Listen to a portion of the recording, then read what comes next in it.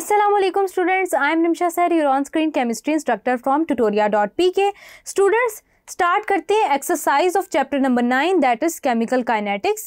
So let's get started. MCQ से start करते हैं students. MCQ number 1 says the rate of a reaction dash as the reaction proceeds. तो students याद रखिएगा कि rate of reaction proceed होने के साथ साथ decrease होता चला जाता है. क्यों? क्योंकि आपके पास रिएक्टेंट की concentration with respect to time कम हो रही होती है और प्रोडक्ट अक्यूमुलेट हो रहा होता है.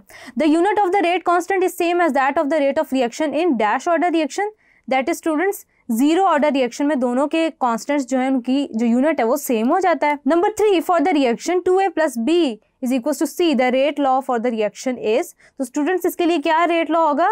Rate law will be proportional to the या एक्सपोनेंशियल फॉर्म में क्या होगा? a⁻2 आएगा और b⁻1 आएगा.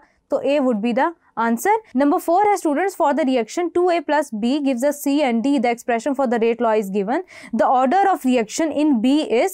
तो students क्योंकि आपको rate law में B नहीं given तो इसका definitely ये मतलब होगा कि with respect to B order of reaction 0 है. Number 5 है the activation energy of a reaction can be increased by increasing temperature, increased by decreasing temperature, decreased by increasing concentration of reactants. तो it's students option B. Rate law of reaction following reaction is given. आपको rate law given है, rate law equation given है.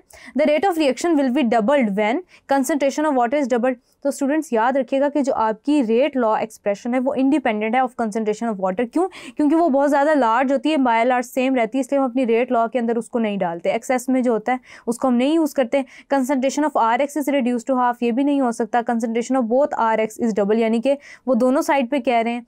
अगर students आप सिर्फ concentration of RX increase करते हैं, वो आप डबल करते हैं, then rate of reaction double होगा. तो option will be none of these, क्योंकि कोई भी अप्रोप्रिएट नहीं है.